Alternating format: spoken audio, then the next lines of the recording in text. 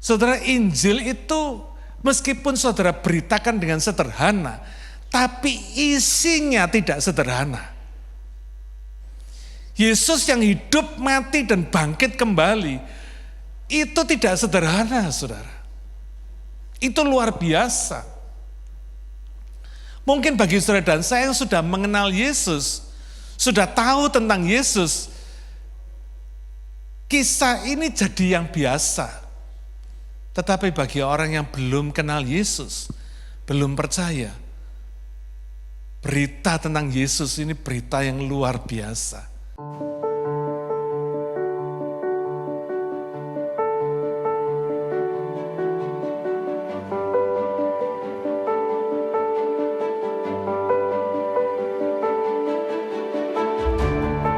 Sebagai orang percaya, tugas kita memberitakan kabar baik supaya orang bisa mengenal Allah yang tidak dikenal ini. Ya. Siapa? Yaitu Allah yang memperkenalkan dirinya, yang mengintroduce dirinya di dalam diri manusia di bumi, yaitu Yesus. Ya. Ini ibarat kita menyalakan lilin kecil di ruangan yang gelap di sekitar kita. Nah, kalau semua orang percaya mau memberitakan Yesus kepada orang-orang yang mereka kenal, tetangga, teman, keluarga, dan sebagainya, yang belum mengenal Allah yang bisa dikenal tadi, yaitu Yesus, maka ini akan menjadi, bumi ini akan menjadi terang benderang. Ya. Memberitakan Injil membawa terang bagi kegelapan. Nah, bagaimana kita bisa membuat orang mengenal Allah yang tidak dikenal ini? Lewat kehidupan kita yang sudah lebih dulu mengenal Allah yang bisa dikenal di dalam Yesus.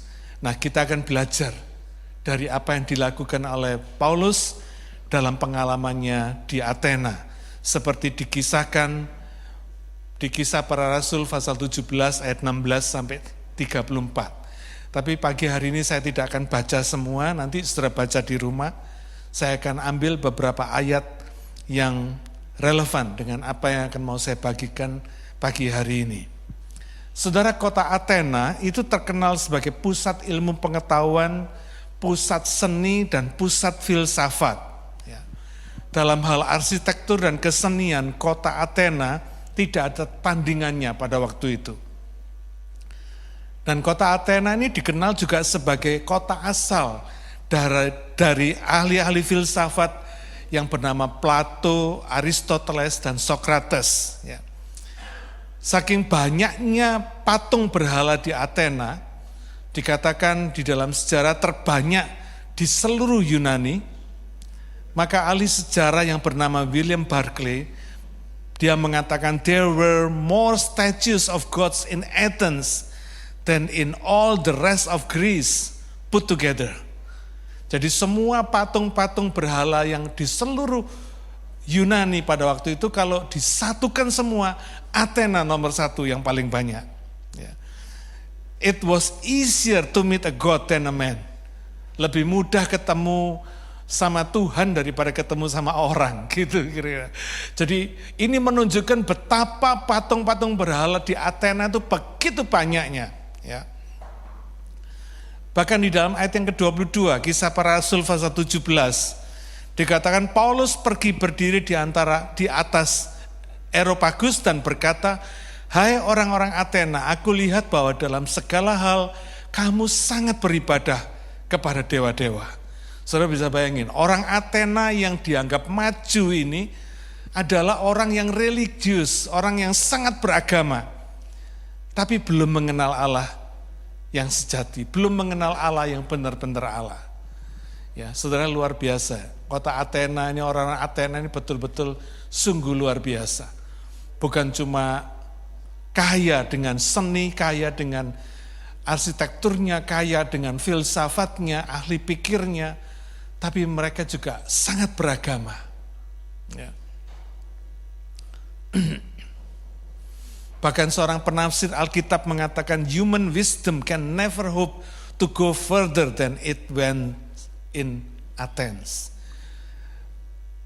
hikmat manusia tidak akan pernah bisa melebihi orang-orang Athena pada waktu itu. Saudara bisa bayangkan ini gambaran betapa majunya Athena.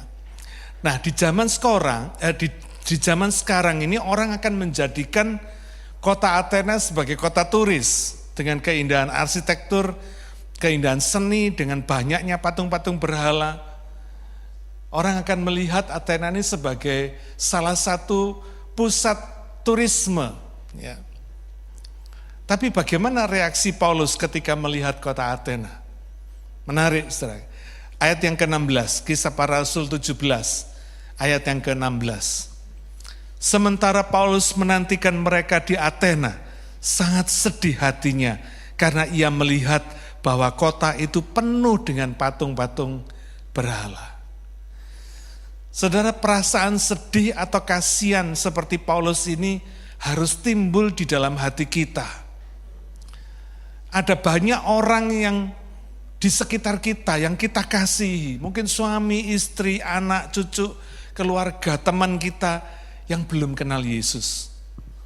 Mereka menyembah Allah yang tidak dikenal. Mereka sedang terancam masuk neraka.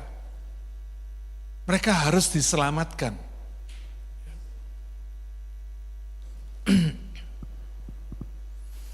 Karena itu dikatakan ayat 17, di rumah ibadat ia, Paulus, bertukar pikiran dengan orang-orang Yahudi dan orang-orang yang takut akan Allah.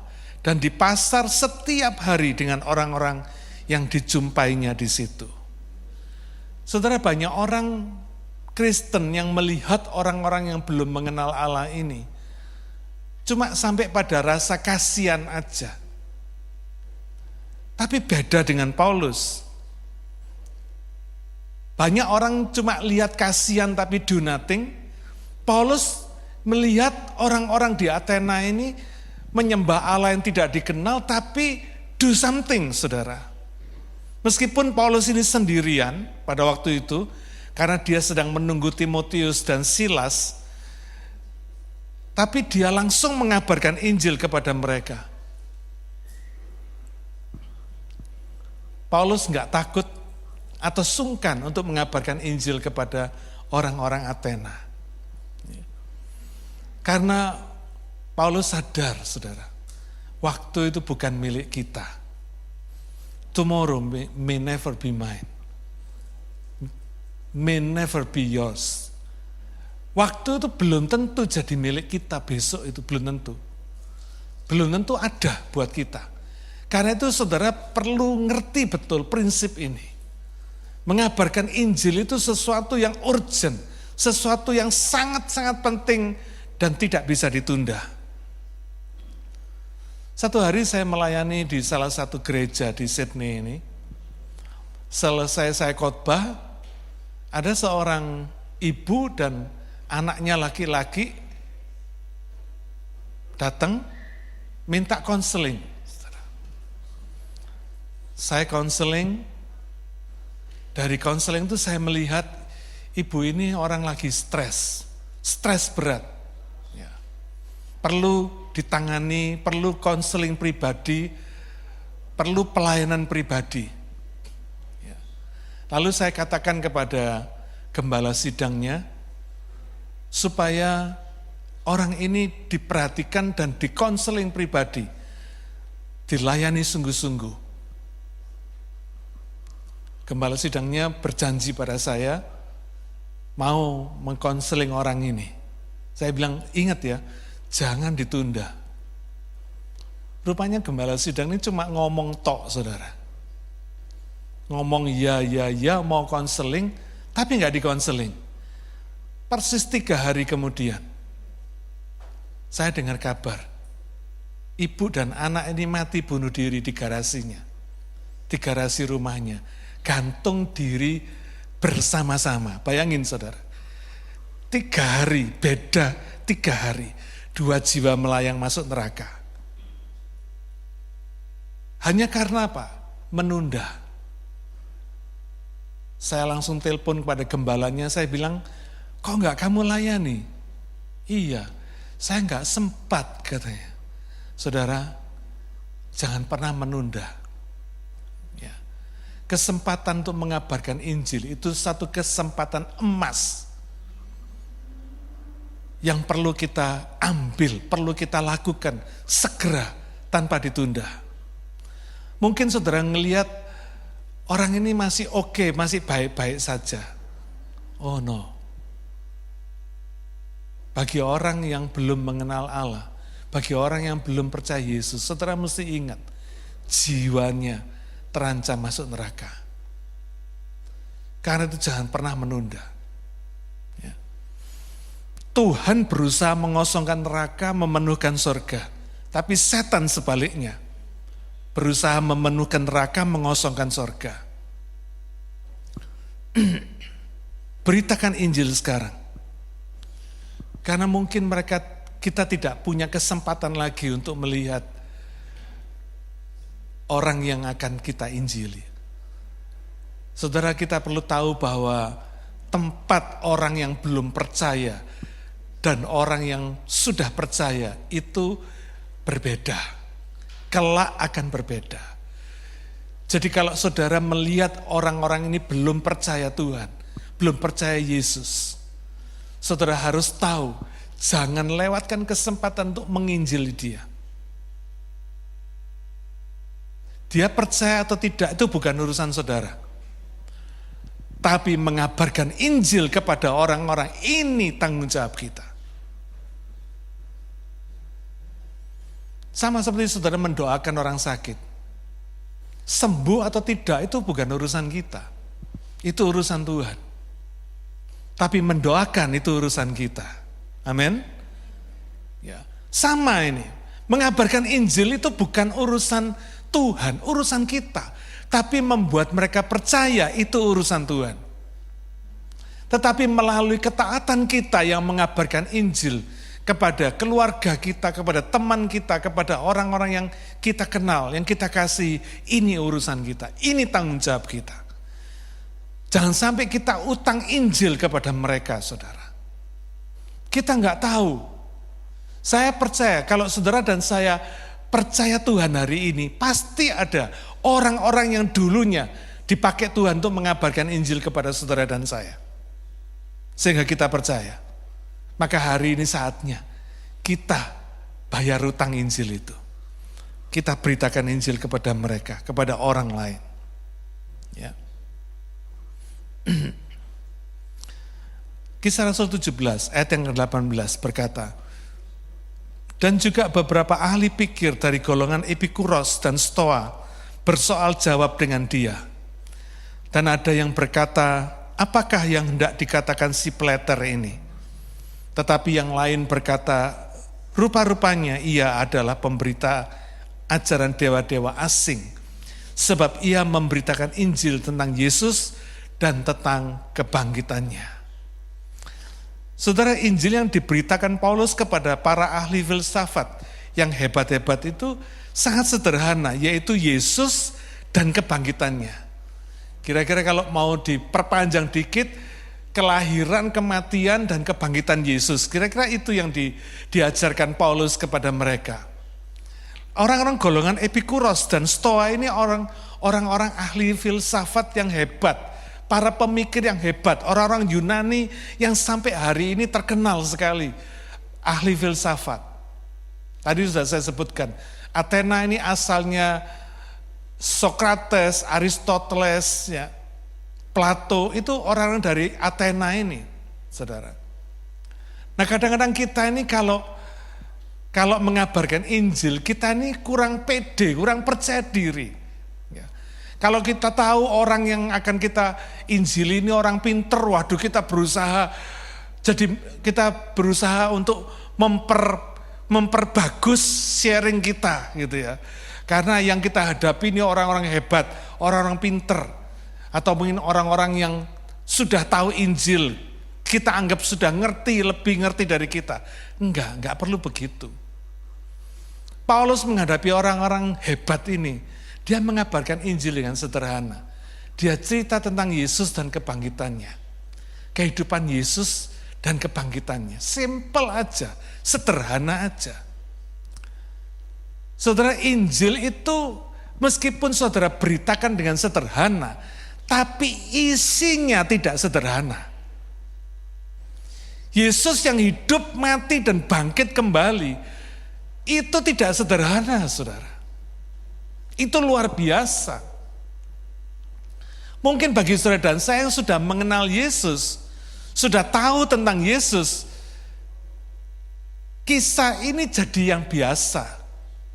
Tetapi bagi orang yang belum kenal Yesus, belum percaya, berita tentang Yesus ini berita yang luar biasa.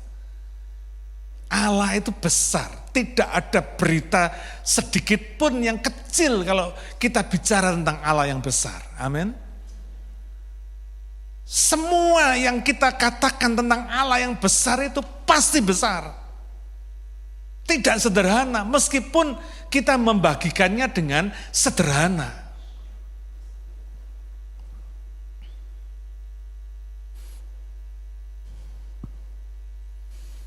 Berita tentang Yesus adalah berita yang paling hebat di dunia, saudara. Saya paling suka mengabarkan Injil kepada orang-orang yang belum percaya Yesus.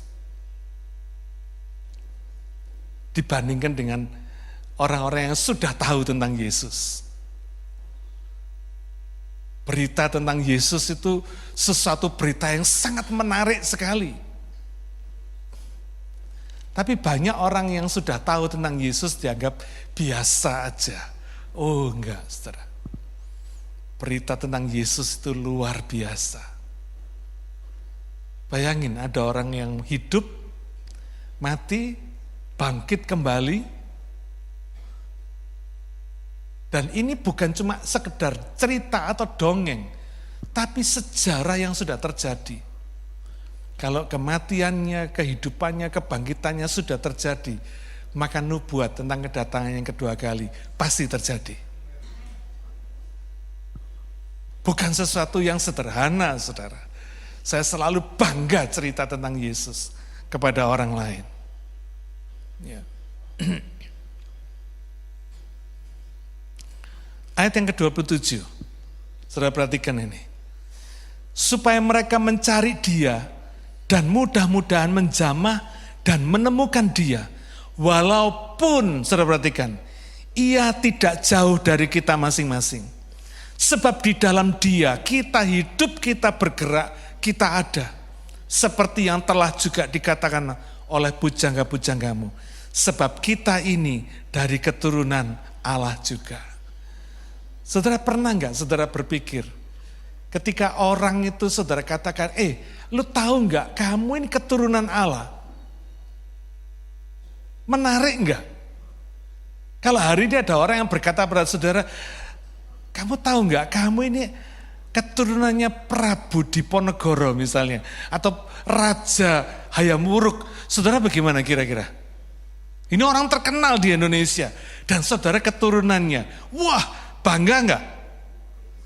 Luar biasa saudara akan bangga. Nah, Alkitab mengatakan saudara dan saya ini keturunan Allah. Banyak orang di luar sana tidak mengerti bahwa mereka ini keturunan Allah.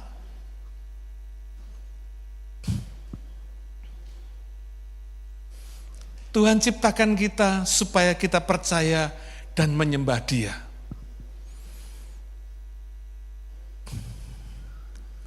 Itu sebabnya, saudara perhatikan di sini.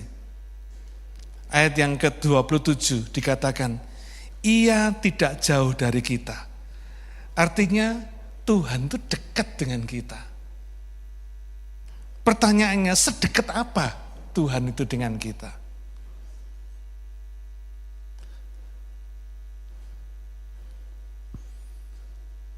Saudara enggak bisa bayangkan betapa dekatnya Tuhan. Bisikan doa kita yang selemah apapun, Dia dengar. Amin. Keluh kesah rintihan kita, sekecil apapun Dia dengar. Karena Dia dekat dengan kita. Dia tidak jauh dari kita. Kebutuhan yang paling kecil pun, yang paling sederhana pun, Dia tahu, Dia lihat, karena Dia tidak jauh dari kita. Amin. Karena itu bagi orang percaya betapa luar biasanya Tuhan itu. Nah, bayangkan kalau berita ini saudara sampaikan kepada orang lain yang belum pernah mengenal Yesus, belum percaya kepada Tuhan. Mereka berkata, wow, masa sih?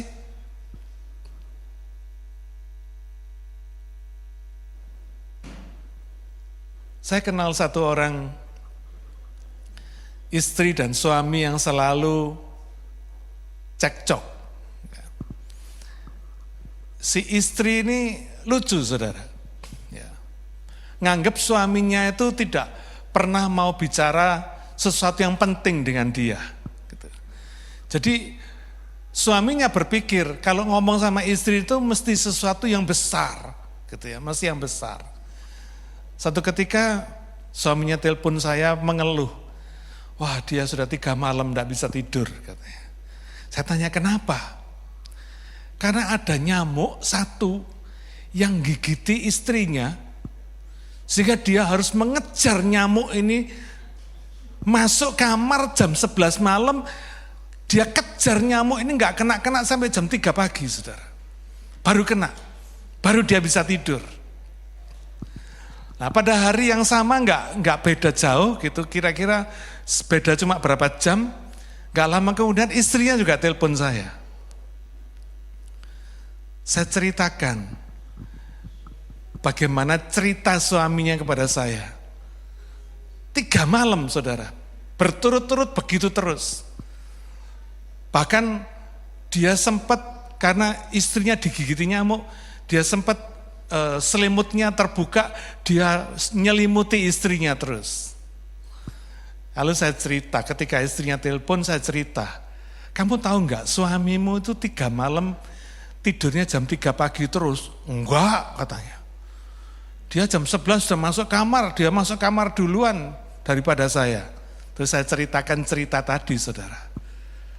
Cerita tentang nyamuk dan selimut tadi.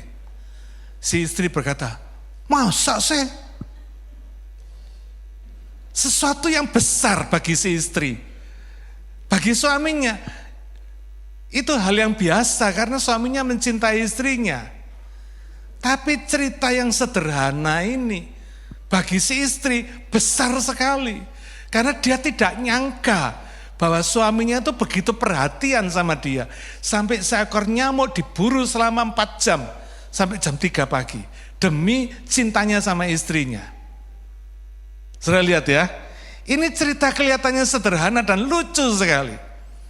Ketika saya ceritakan ini pun juga kepada istrinya masa sih, itu kayak nggak percaya, kayak sesuatu yang heboh, sesuatu yang besar sekali.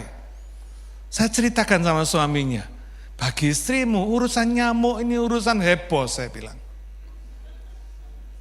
Saudara bayangin, kalau cerita urusan ngejar nyamuk bisa jadi heboh bagi seorang istri, apa kira-kira cerita tentang Yesus bagi orang nggak heboh?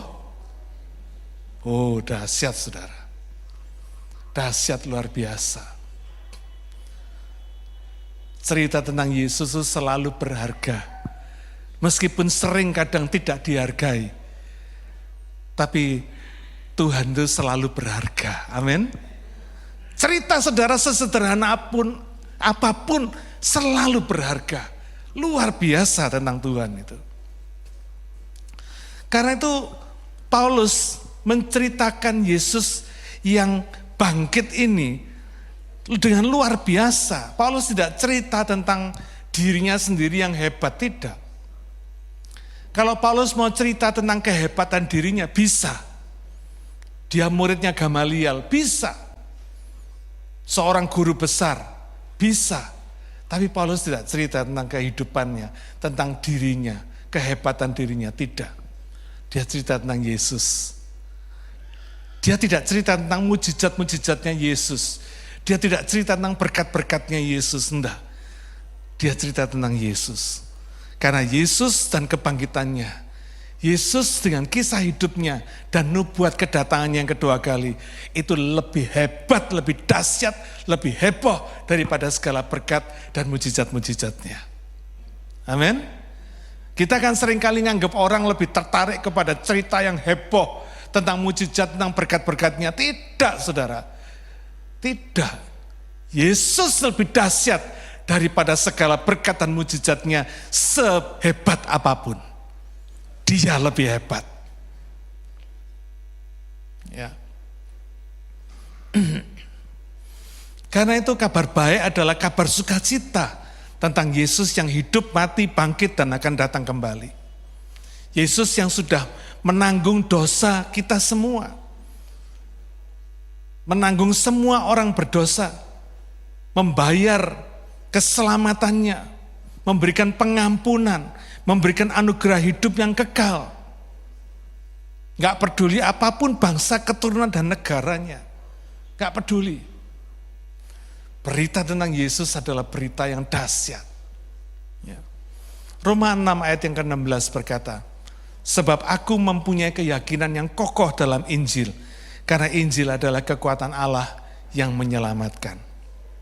Setiap orang percaya, pertama-tama orang Yahudi, tetapi juga orang Yunani.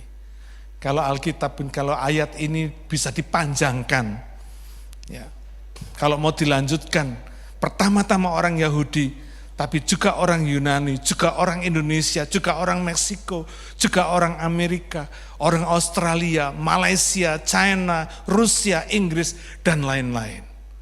Semua bangsa di bumi ini. Amin. Ya. 1 Korintus 1 ayat 21 mengatakan, oleh karena dunia dalam hikmat Allah tidak mengenal Allah oleh hikmatnya, maka Allah berkenan menyelamatkan orang yang percaya oleh kebodohan pemberitaan Injil. Saudara, pekabaran Injil yang paling sederhana sekalipun, kalau diurapi Allah bisa menjadi efektif dan menyelamatkan orang berdosa. Karena itu di dalam mengabarkan Injil, orang cuma perlu kesungguhan hati, perlu kasih Allah di dalam hatinya. Kasih Allah demi keselamatan orang berdosa, demi keselamatan orang-orang yang dicintai Tuhan ini. Allah benci dosa, tapi Tuhan mengasihi orang berdosa. Ya. Saya nggak tahu apakah saya sudah pernah cerita tentang pengalaman saya ini. Satu hari saya diminta mendoakan, mengabarkan Injil kepada seorang ayah dari teman saya. Dia seorang konglomerat terkenal di Surabaya.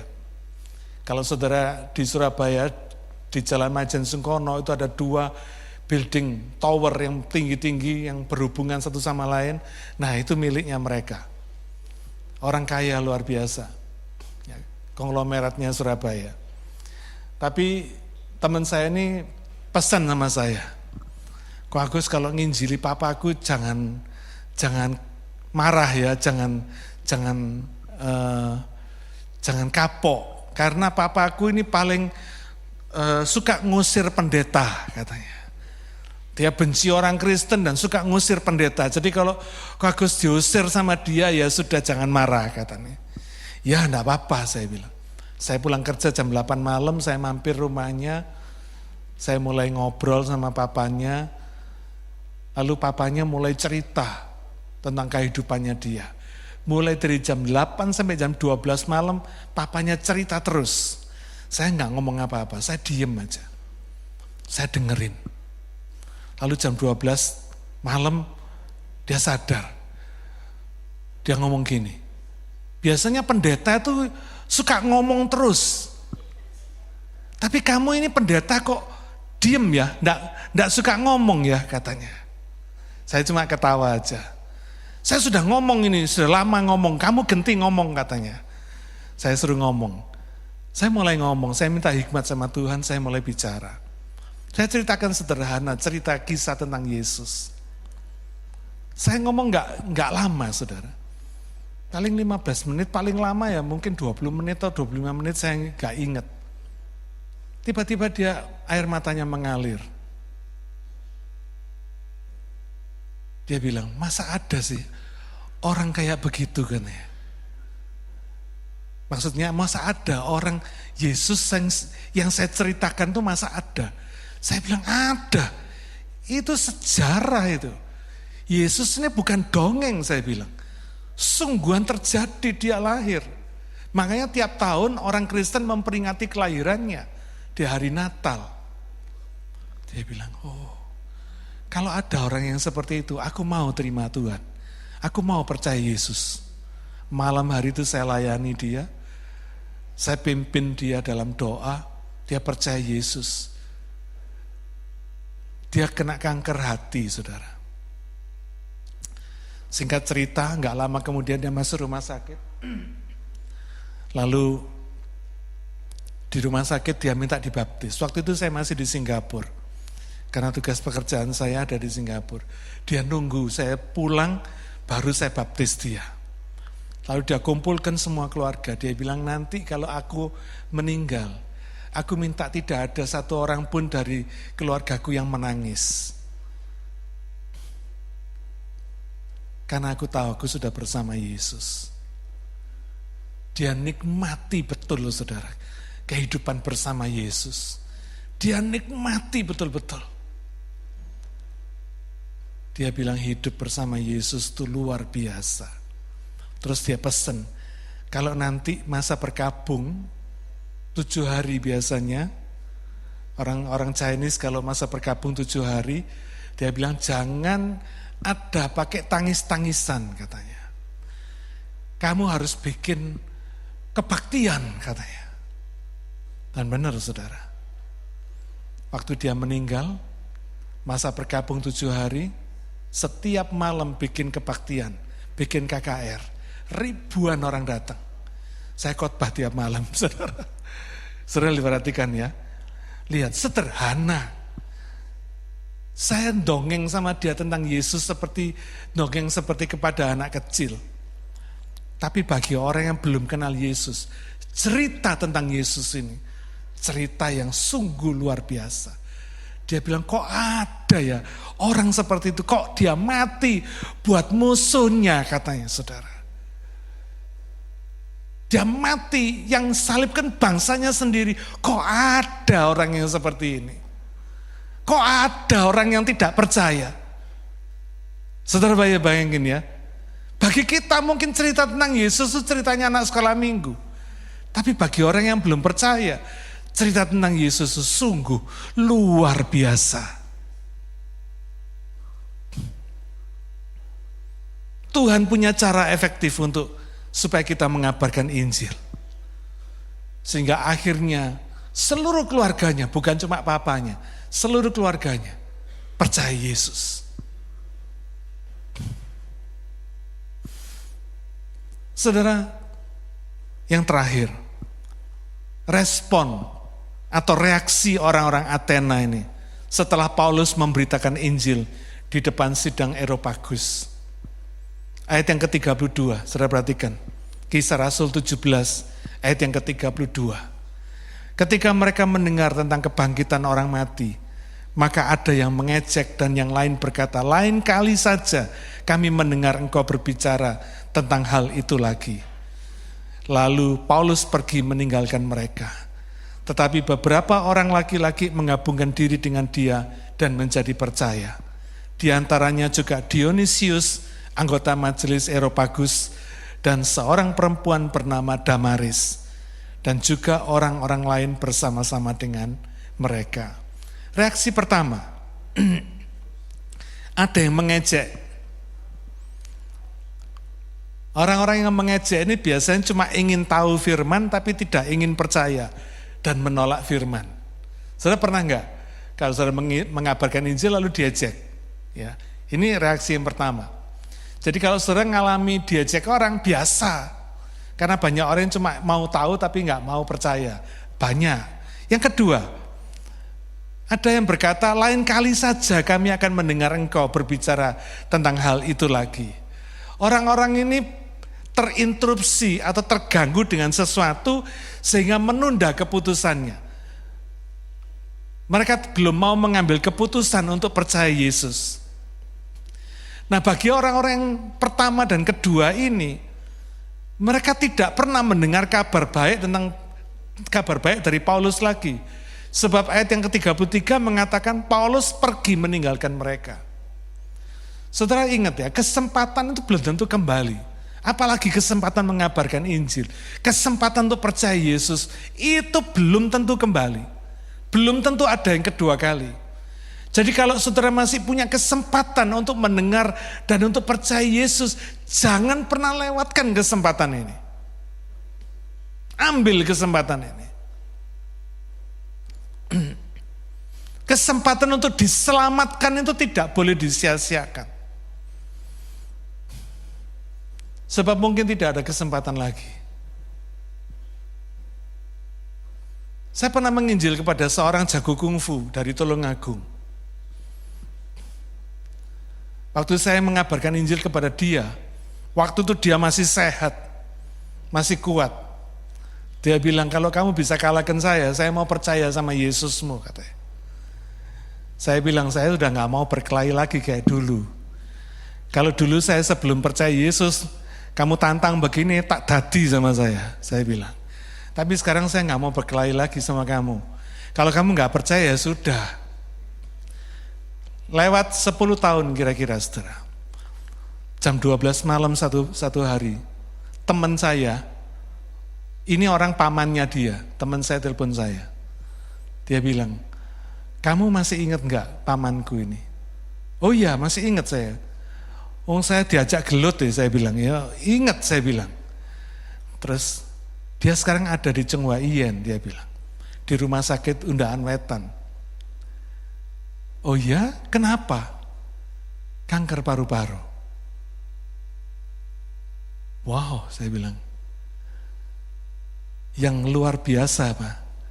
Dia minta dipanggilkan kamu, katanya, saudara. Bayangin, dia minta dipanggilkan saya.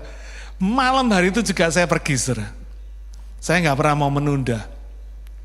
Saya datang sama dia, saya lihat dia tidur dengan lemah di ranjang. Saya bilang, kamu kok bisa suruh panggil saya, kenapa? Saya bilang. Apa karena kamu sekarang sudah tidak berdaya? Bukan, dia bilang. Omonganmu 10 tahun yang lalu itu saya tidak pernah lupa. Lah terus sekarang kenapa mau panggil saya? Saya minta kamu doakan saya, hari ini saya mau percaya Yesus. Wah, saya bilang, Tuhan, Engkau ini luar biasa. Saudara, tidak ada firman yang sudah tabur kembali dengan sia-sia. Tidak ada, saudara.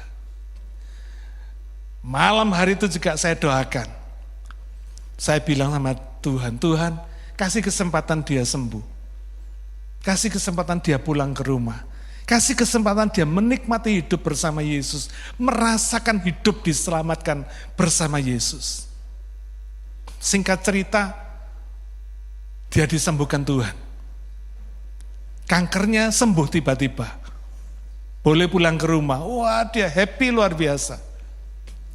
Pagi hari, dia lagi beol, saudara. Lagi di toilet. Diangkat sama Tuhan.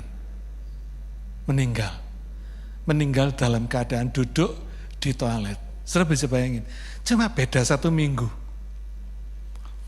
Kita tuh enggak tahu umurnya orang, amin. Waktunya orang itu ketemu Tuhan, dia harus ketemu Tuhan atau Tuhan menemui dia, kita enggak tahu, saudara. Karena itu jangan pernah menunda mengabarkan Injil kepada orang lain.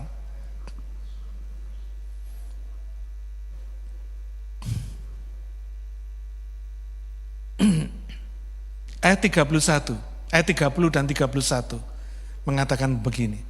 Dengan tidak memandang lagi zaman kebodohan, maka sekarang Allah memberitakan kepada manusia bahwa di mana-mana semua mereka harus bertobat. Karena ia telah menetapkan suatu hari, pada waktu mana ia dengan adil akan menghakimi dunia oleh seorang yang telah ditentukannya. Sesudah ia memberikan kepada semua orang suatu bukti tentang hal itu dengan membangkitkan dia dari antara orang mati.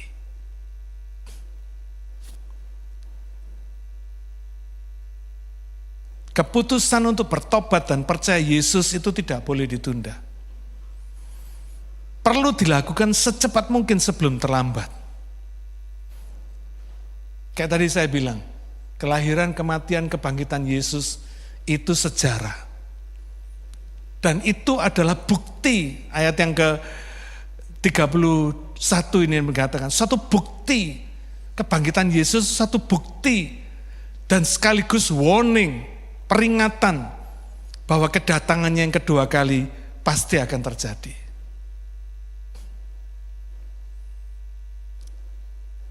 Dia akan datang bukan sebagai juru selamat lagi, tapi sebagai raja dan hakim yang akan menghakimi semua orang yang hidup dan yang mati.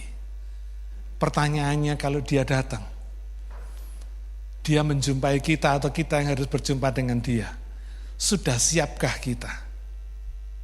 Sudah siapkah kita dihakimi? Sudah siapkah kita kalau sewaktu-waktu mesti ketemu sama Yesus? Golongan orang yang ketiga, respon golongan orang yang ketiga adalah respon yang paling bijaksana, yaitu mereka mau menerima dan percaya Yesus.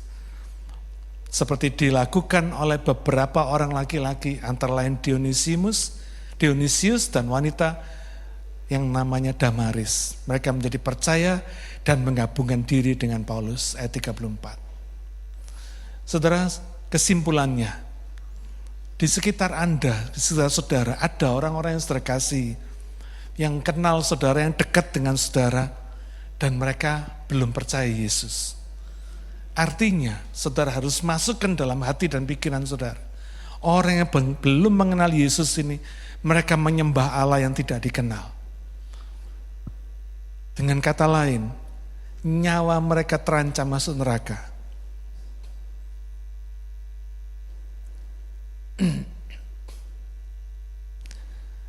Apa tindakan kita? Apa kita masih mau menunda untuk supaya memberitakan Injil pada mereka? Resikonya kita tahu, saudara. Kita bisa nggak ketemu lagi sama mereka selamanya. Karena tempat mereka beda. Karena itu ambil keputusan sekarang. Jangan tunda lagi. Beritakan Yesus supaya saudara tidak utang Injil kepada mereka. Amin. Siapa yang berjanji di hadapan Tuhan, saya mau bagikan Injil, sharingkan Injil kepada orang-orang yang belum mengenal Yesus. Amin. Amin. Mari kita berdoa.